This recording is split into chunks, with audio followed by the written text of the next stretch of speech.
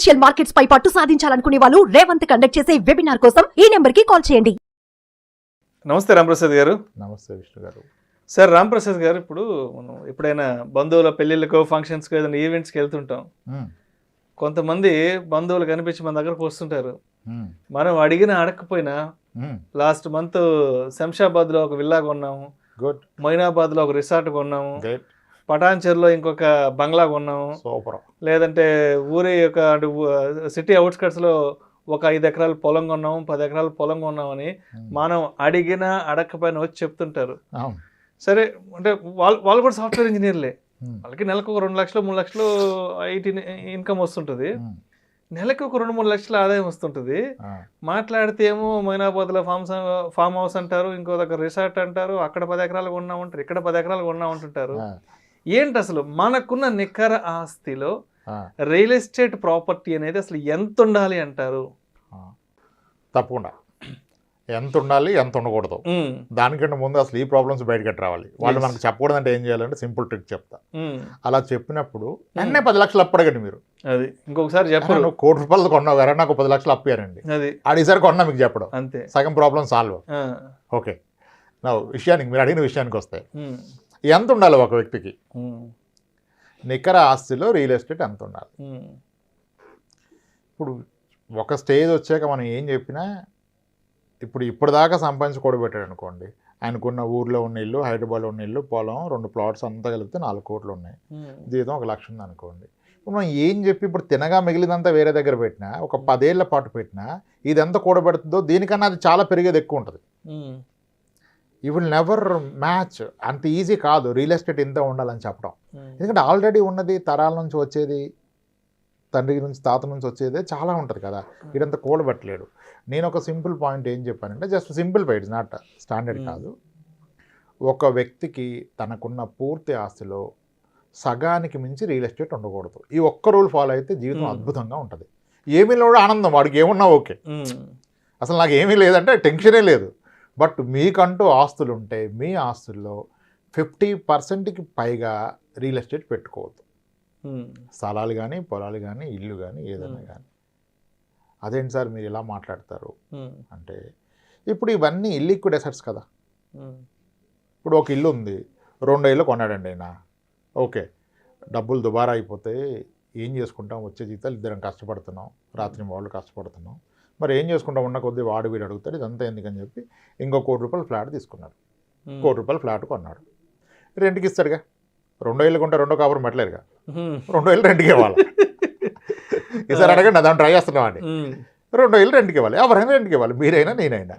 ఇప్పుడు 2 ఏళ్ళు రెంట్కి ఇస్తే ₹1,00,00,000 ఫ్లాట్కి ఎంత వస్తుంది రెంటు హైదరాబాద్లో? మా అంటే గొప్పగా 25,000 వస్తుంది. 25 నుంచి 30,000. 25 సరే, 25 వర్షం ప్రకారం 25,000. ఈ ఎవడ వర్షం కాదు, 10 చూస్తే తేలిపోతుంది, యావరేజ్ అక్కడికే వస్తుంది. ఓకే, అంటే ₹1,00,00,000 పెట్టుబడి నువ్వు పెట్టావు, అది లోనా ఓనా పక్కన పెట్టేసింది. మీరు పెట్టిన ₹1,00,00,000 పెట్టుబడికి మేబీ డబ్బు లేనోడు 20 లక్షలు డౌన్ పేమెంట్, 80 లక్షల లోను, ఒక 70,000 ఈఎంఐ కడుతున్నాడు. ఈతకి ఆ ప్రాపర్టీ నుంచి వచ్చే ఆదాయం అంతా నెలకి 25,000. ఒక మంచి టెనెంట్ దొరికాడు, నీట్గా చూసుకుంటాడు, మనకన్నా నీట్గా పెట్టుకుంటాడు. ఒక 6 నెలలు ఉన్నాడు, 6 నెలల్లో ట్రాన్స్ఫర్ అయిపోయింది. చాలా పద్ధతిగా చెప్పాడు, 2 నెలల్లో ఖాళీ చేస్తే నాకు ట్రాన్స్ఫర్ అయిపోయింది, నోటీస్ పీరియడ్లో ఉన్నాను, ఈ 2 నెలలు ఇచ్చిన అడ్వాన్స్ అడ్జస్ట్ చేసుకుంటా అన్నాడు. అది రెంట్లో కలిపేసుకోండి, మీరు కూడా ఓకే అన్నారు. లేదు నాకు పోయేటప్పుడు ఏమంటే అట్లయినా ఓకే అన్నాడు. వద్దు అడ్జస్ట్ చేయమని చేశాడు. పాపం ఆయన ఖాళీ చేశాడు, వీడన్నా ఆదరాబాద్ వెళ్ళిపోయాడు చూసుకున్నాను ఇల్లు ఎలా ఉందని. అంత నీట్గా ఉంది, హాలు, కిచెన్. తీరా చూస్తే వాష్రూమ్ శుభ్రంగా లేదు. ఇప్పుడు ఎవడ కడగాలి? వనరే కడిగించాలి మనుషులను పెట్టి. అంటే నువ్వు ₹1,00,00,000 పెట్టి ఇల్లు కొనుక్కొని ఎందుకు? That's a point. ఒకదానికి చెప్పట్లా, మేబీ రెండోది కానీ మొత్తం ఇవే ఉంటే మన పని ఇది అయిపోద్ది కదా. ఇప్పుడు 1 ఇల్లు 2 ఇల్లు ఉంటే ఓకే, మొత్తం ఇదే ఉంటే ఇదే పనిగా వాడిపోయాడు, ఈడిపోయాడు, ఖాళీ చేశాడు, గొడవ పడ్డాడు, ఇది ఇంటికి సున్నాలు వేయించాలి, పెయింట్లు వేయించాలి, 10,000 పెట్టి బాతులను కడిగించాలి. ఇంత చేస్తే నీకు వచ్చే ఇన్కమ్ ఎంత?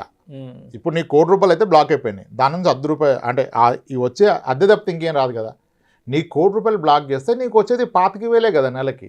ఈ 25,000కా నువ్వు ₹1,00,00,000 అక్కడ పెట్టింది, పెరిగేదంతా గాల్లోనే ఏ రోజు వస్తుంది?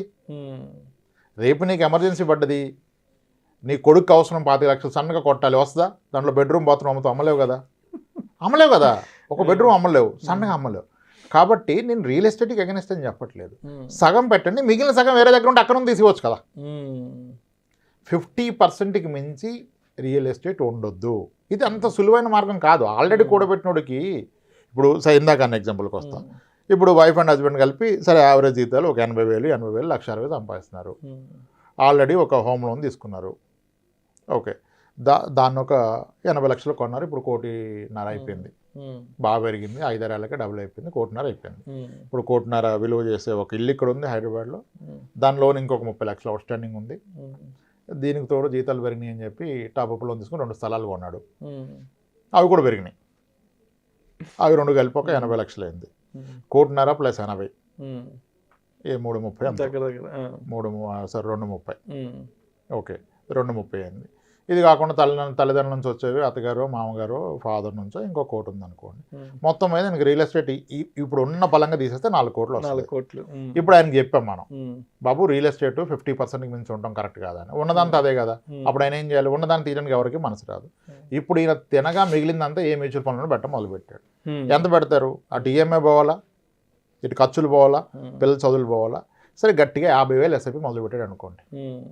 పెరిగే జీతం అంతా పెడతాను. నెలకి యావరేజ్ ఒక 50,000 పెట్టాడు. నెలకి 50,000 అంటే సంవత్సరానికి 6 లక్షలు. ఒక 10 ఏళ్ల పాటు పెట్టాడు అనుకోండి. ఇతను పెట్టిన పెట్టుబడి 60 లక్షలు. 15% రిటర్న్ వేసుకుంటే 1,20,00,000 అవుతుంది కదా. అంటే మ్యూచువల్ ఫండ్లో 50,000 పెడితే 10 ఏళ్ళలో 1,00,00,000, 1,20,00,000 కూడబెడతావు. కానీ అప్పటిదాకా నీకు ఆల్రెడీ ఉన్న 4 కోట్లు ఎంత అయింది పెరిగి? కనీసం 8 కోట్లు అవుతుంది. ఇది కూడా పెరుగుతుంది కదా. మరి అప్పుడు ఎలా నువ్వు 50%కి వస్తావు? It is not possible. Already real estate కూడబెట్టిన వ్యక్తికి నువ్వు ఈక్విటీలోనో ఈక్విటీ మ్యూచువల్ ఫండ్స్ ఏదో ఒక ఇన్స్ట్రుమెంట్లో ఎంత పెట్టినా ఎప్పటికీ దీనికి 50% రాలేవు.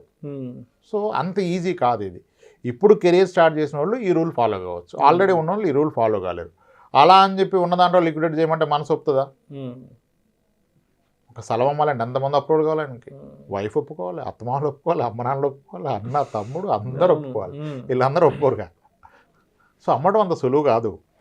పెరగవచ్చు, పెరగదంట్లా, కానీ అది ఇల్లిక్విడ్ ఎసెట్ అయిపోతుంది. అంటే నేనేమంటానంటే హ్యావింగ్ కంప్లీట్ తప్పలేదు. ఇప్పుడు 8 కోట్ల ఆస్తున్న వాళ్ళు 10 కోట్ల ఆస్తి ఉంది, మొత్తం రియల్ ఎస్టేట్ ఉంది. అది ఎలాగంటే నువ్వు సముద్రం మధ్యలో ఉన్నావు షిప్లో, చుట్టూరు నీళ్ళే, సూపర్ కదా. తాగడానికి నీళ్ళు నీ చెంబు, నీ దగ్గర గ్లాస్ ఉందా? పనికిరావు. అదే రియల్ ఎస్టేట్. రియల్ ఎస్టేట్ ఇది ఇల్లిక్విడ్, మొత్తం నీళ్ళే, సూపర్. కానీ తాగడానికి చెంబు లేదే, ఒక గ్లాస్ వాటర్ లేవే. అది that's the problem you going to face. ఎప్పుడైతే మీరు మొత్తం రియల్ ఎస్టేట్లో పెడతారో రేపటి రోజు మీకు ఆస్తి ఫుల్ ఉంటుంది. సన్నగా అవసరం పడితే 10 లక్షలు తీయగలరా? వచ్చే రెంట్లు ఉంటే 60-70 వేలు, కానీ మీకు 10 లక్షలకి అవసరం అయితే మరి దాని మీద లోన్ వస్తుందా? ఇప్పుడు 1 కోటి రూపాయలు ఇల్లు ఉంది, ఉద్యోగం పోయింది, 1 కోటి రూపాయలు ఇంటి మీద బ్యాంక్ ఒక 20 లక్షలు లోన్ ఇస్తాడా? ఇప్పుడు how do you repay? Job లేదు కదా, సర్వీసింగ్ ఎలా చేస్తావు నువ్వు? ఇన్కమ్ లేదు కదా. సిబిల్ పోయింది, ఎవడో ఫ్రెండ్ గ్యారంటీ ఇచ్చాడు, షూట్ ఇచ్చాడు, ఆడ దెబ్బ కొట్టి పోయింది, రాదు కదా నీకు 1 కోటి రూపాయలు ఇంటి మీద. అంటే పేరుకి నీకు కోట్లు ఆస్తుంది, నీకు అవసరం వస్తే 10 లక్షలు పుట్టినప్పుడు అది ఎలా అసెట్ అవుతుంది? So that's where I say సగానికి మించి రియల్ ఎస్టేట్ పెట్టుకోవద్దు. మిగిలిన సగం మీరు ఎక్కడైనా పెట్టుకోండి. ఇంకా మళ్ళీ అది ఇదేం కాదు, విడిదం తడిదం ఏమొద్దు, అది తప్ప ఇంకెక్కడైనా పెట్టు. Then your life will be comfort. కానీ ఇదంతా ఈజీ కాదు. ఆల్రెడీ కూడబెట్టినోడు ఇంకా వచ్చేదంతా దాచినా అవదు. అలానే మనం రికమెండ్ చేసిన ఇప్పుడు ఫాలో కాడు, తీస్తాడా? ఉన్న రియల్ ఎస్టేట్ అమ్ముతాడా? క్రైమ్ కదా అది. స్థలం అమ్ముకోవడం ఏంటి ఇంకా చిన్న విషయం అది. అది ఆ ప్రాబ్లంలో పడిపోదు. ఇది వచ్చిందాకా అర్థమవుదు. ఇప్పుడు మనం చెప్తే ఆల్రెడీ ఉన్నోళ్ళకి ఇది అర్థమవుతుంది, మనం చెప్పింది. లేనివాడికి అర్థమవుతుంది. ఇలా అంటారేంటి, అది బాగా పెరుగుతుంది, మీకేం తెలుసు అంటాడు. ప్రాబ్లం వల్ల దిగినోడికే కదా దిగినోడు జడ్జిమెంట్ ఇస్తే ఓకే, లేనివాడు జడ్జిమెంట్ ఇస్తాడు. మన ఇప్పుడు నీకేమైనా మాటలు చెప్తారా రాంప్రసాద్? మనం పోయినసారి అన్నాం కదా, అపార్ట్మెంట్ ఎప్పుడు డిప్రిషియేషన్ కాదని. ఎవరు చెప్పారు? అసలు ఎవడు కొన్నదంతా ఇప్పటిదాకా కొన్నోళ్ళు మంచి కామెంట్స్ పెట్టారు. ఒక అతను పెట్టాడు, ముంబైలో 5 లక్షలు కొంటే, అంటే వాళ్ళు లైవ్ ఎక్స్పీరియన్స్ అవుతున్నారు కదా. నిన్న కూడా ఒక ఆయన మాడుతున్నా, శ్రీరామ్ కాలనీలో 93లో కొన్నానండి, 3 లక్షలకి ఫ్లాట్ అన్నాడు. ఇప్పుడు ఎంత ఉంది సార్ అన్న? 68 లక్షలు 70 లక్షలు ఈజీ పోతుంది సార్, రెంట్ 22,000 వస్తుంది సార్ అన్నాడు. మరి ఎక్కడుంది డిప్రిషియేషన్? ఇప్పుడు ఆయన కొని 30 ఏళ్ళు అయింది, మనమేమో డిప్రిషియేషన్ ఉందని మాడుతున్నాం. డిప్రిషియేషన్ లేదే. అంటే ఎక్స్పీరియన్స్ అవున వాళ్ళు ఇచ్చేది జడ్జిమెంట్ రాంగ్, కానీ వీళ్ళే ఇస్తారు. అయిన వాళ్ళు సైలెంట్గా ఉంటారు. ఇప్పుడు ఎక్కువ రియల్ ఎస్టేట్ ఉంటే ప్రాబ్లం అంటే మీ మొహంలో మీకు ఏం తెలుసు అంటారు. ఉన్నోడు తెలుస్తుంది అదేంటో, దిగినోడికి తెలుసు. అది దిగిన వాళ్ళకి తెలుసు. ఎంతమంది పెళ్లి సన్నగా కుదిరితే స్థలాలు అమ్మలేక పొలాలు అమ్మలేక తల పట్టుకొని కూర్చుంటారు. అవును సార్, తల పట్టుకొని కూర్చుంటారు. అరే అనుకున్నాం కానీ వెళ్ళిపోతున్నారంట, యూఎస్ వెళ్ళిపోతారు, వాళ్ళంతా 1 month అన్నారు. ఎక్కడ పేపర్లు పెడితే అది పెడితే అవసరమా? ఎప్పుడు మొత్తం అదే ఉంటాయి. ఒక సగం వేరే దగ్గర ఉంటే తీసుకోవచ్చుగా. బ్యాంక్ ఎఫ్డీస్ బ్రేక్ చేయొచ్చు, మ్యూచువల్ ఫండ్స్ బ్రేక్ చేయొచ్చు, ఎక్కడైనా ఎవరికైనా ఇచ్చిన బ్రేక్ పోస్ట్ ఆఫీస్లో వేసుకున్నా ఏదైనా బ్రేక్ ఆ టైంకి తెచ్చుకోవచ్చు. ఒక గంటలో అయిపోద్ది పని. అది నేను అనేది. సో సగానికి రియల్ ఎస్టేట్ మించొద్దు అనే రూల్ ఫాలో అయితే లైఫ్ విల్ బి కంఫర్ట్. మనోళ్ళు ఏం చేస్తున్నారు, దీన్ని వదిలేస్తాడు వీడు. కొత్తగా పెట్టే మ్యూచువల్ ఫండ్ ఎస్ఐపిలో మొత్తం ఈక్విటీ పెడితే రిస్క్ కదా, ఎంత రేట్ పెట్టాలంటాడు.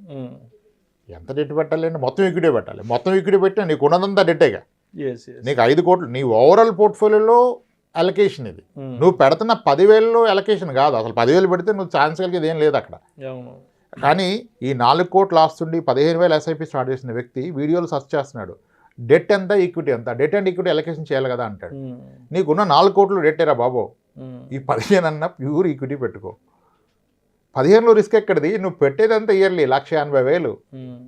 2 ఏళ్ళు పెట్టావు, 360 పెట్టావు, మార్కెట్ పడ్డది 30% పడ్డది, 360 కాస్త పడితే 2 అవుతుంది. ఏంది ప్రాబ్లం? జీవితం కోల్పోతావా? మళ్ళీ పెరుగుతుంది కదా. అర్థమైంది కదా. ఎస్, అలా రియల్ ఎస్టేట్ని గ్రేట్ ఎసెటే, బట్ ఏ ఫామ్ ఉన్నది, స్థలమైనా పొలమైనా కమర్షియల్ అయినా ఫ్రాక్షనల్ రియల్ ఎస్టేట్ అయినా ఎంత మేరకు సగం. Rule is 50. It should not be beyond 50. If it is less than 50, you are lucky. You are a good guy. Yes. If it is beyond 50, you are already in bad. Thank you so much, Ram Prasad garu. Right. Thanks.